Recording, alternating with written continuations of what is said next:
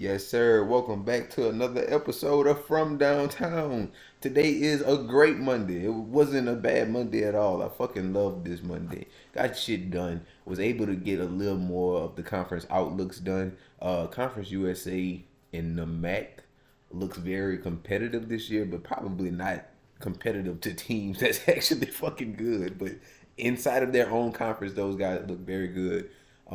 It was fun to go ahead and do deep dives into conferences like small conferences like that. And if you have any suggestions or any conferences or any team that you feel like I should highlight first for your conference, go ahead and let us know. And let us know if you want us to start with a Power Four school, July 1, or you want us to start with a low tier school, like a low conference, MAC, Conference USA, Sun Belt, those type of conferences.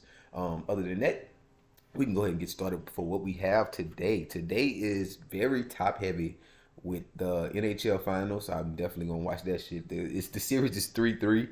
Edmonton has fought all the way back from down 3-0 to 3-3. I think this is the first time it's ever been done. So yeah, the first time some shit has ever been done, it's kind of hard to finish the job off. So I think the Panthers, unless they go out there and shoot themselves in the foot, giving up goals early against the Oilers, I think the Panthers win this one by more than 1.5, more than two goals.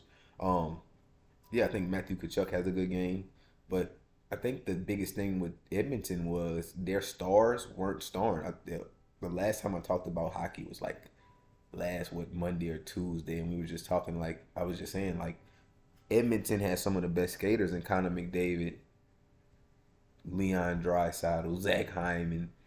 Like those guys can literally skate you in a position to win, but they weren't scoring when it was a full strength game. Like they weren't scoring 5-on-5. They could only score when they were either in penalty killers or they were, you know, in the penalty or with a better odds than the other team right there. So I think that tonight, well, the last two games actually, they've been playing a little better. I think they've scored even strength goals. Um, Connor McDavid is fucking racking up points crazily now. I think the first four games he only had like 2 points, 3 points.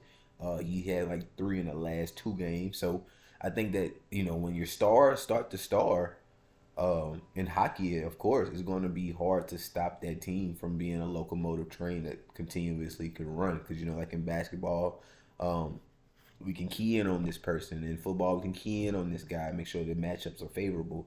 But on that ice, I'm starting to realize like you really can't key in on the stars. Like you can't find somebody to keep up with Connor McDavid on like while he's skating. So unless you fucking do something dirty and just hit his ass, like that's the only way you'll stop him. So I don't think um it'll be a close game tonight. I really don't. I think that whoever wins is gonna win handedly and just show like, okay, we bullshitted this 3-0 lead away, or we bullshitted and went down 3-0 when we could have just probably won a game at home and been in a better position to win that game tonight. They probably would have won in game six if Edmonton would have just won a fucking game at home. Um, yeah, but other than that, I think the next thing that I really want to talk about is the college World Series. Texas A&M and Tennessee. Tennessee ended up winning the game yesterday. I think Texas A&M just had a lot of mental errors when runners on base. I think Jeff Kent's son got picked off. I remember watching that like the sixth inning, and it ruined some momentum that Texas A&M was building. So I feel like these two teams. First off, I just wanted y'all to know I won the bet that in the beginning of the baseball season we said that a SEC team would win the national championship, not an ACC team. And as you can see, it's only two SEC teams left in the fucking championship or in the College World Series. So back to what I was saying. These are two number one squads. Like Texas A&M had like shit. I want to say fucking 5 to 6 to 7 weeks at being number one early in the season and in the middle of the season. And I feel like Tennessee started to pick it up late and kind of moved up their rankings to number one so far. So it's like I think Tennessee had it for the latter end of the year. But these are two of the best teams in the SEC period. Like stacked. These two teams are very stacked. Great hitters, great pitching. I feel like nobody has thrown their best arm yet. Tennessee, well, no, Tennessee has thrown their best arm, but I think the way that they used them in that first game, even though Texas A&M was fucking up 9-4 by the time they put him in the game. I think they were just trying to see how much can we get out of him going against this lineup. I guess. I think they put him in with like I said, the fifth to sixth inning. It was 9-4.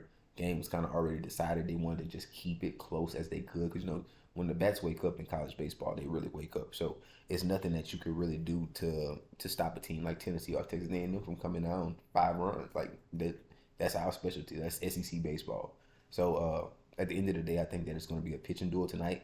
Not necessarily seeing a lot of balls go over, but it's going to be meaningful home runs. I feel like if a home run does happen, it's going to be one of those. They were down 2 and he hit a 2-run home run and tied the game up. It's going to be one of those type of home runs. I think other than that, it's going to be a lot of good contact hitting and a lot of pitching. It's going to be a pitcher versus pitcher battle, and I feel like these are two rosters, two bullpens that have enough to get you through one more game. Like they are both playing for their first national championship in either a while or ever. Both squads, but it's like yeah, I think tonight they're playing for something, really, really deep, and it's been fun to watch those games because it's like last year, we had LSU, so it was very fun to watch it because we were fucking biased and we had people that we knew out there playing. But just watching that game from a fan perspective, Texas A&M and Tennessee has some of the most amazing fan bases, amazing crowds because they just are always lit. They rocking out there in Omaha. I thought we were lit. Well, we really are lit because of that Jello challenge shit. Like nobody can top us. But Tennessee and Texas A&M knows how to fill that stadium up and fucking give those fans a great show. Because like I wasn't expecting when the season started. I wasn't expecting Texas A&M to be here honestly, and I think they started the season ranked at like the top 3. So I could be wrong here. I think Texas A&M had won like on a win streak as well. It was like a 15-0 win streak in the beginning of the season, of course. But like I said, it's players on both squads and both bullpens that could really change the game tonight, and change the dynamic of the College World Series. But other than that, that's all we have today for From Downtown. I'm trying to hurry up and look at a few baseball lines that I like.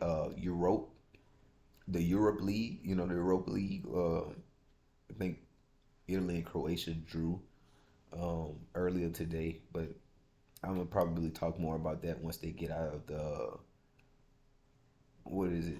Not the rounds of 16. Fuck the group stages. I'm sorry. Once they get out the group stages. So other than that, I think today, baseball wise, the fact that Garrett Crochet is going up against the Dodgers kind of gives me hope of with the White Sox kind of covering at home or winning that game. And once again, Griffin Canning at home, the Los Angeles Angels playing against the Athletics. I would take the Athletics here. I don't like Griffin Canning at home. He just doesn't pitch well on the outside corner, which results in a lot of fucking runs, especially in that ballpark. Um, yeah, Matt Waldron is going up against Patrick Corbin. I really don't like Patrick Corbin, but Matt Waldron's knuckleball is fucking elite. So I don't want to go away from it, but I just know that he's going to be like, he's going to only pitch 5 innings or 6 innings, and I don't see him going further than that. What I do like there is this over is at 6.5 or 7.5. So I think that both of these teams score, put up 3 to 4 runs, and then from there you just keep it pushing. But yeah, that's all we have today From Downtown. Go ahead and lock in for tomorrow because we will be back again with our co-host Dumbway, and we will be making some very bold predictions about college football and probably some NFL football. So see you guys then, and we will lock in tomorrow.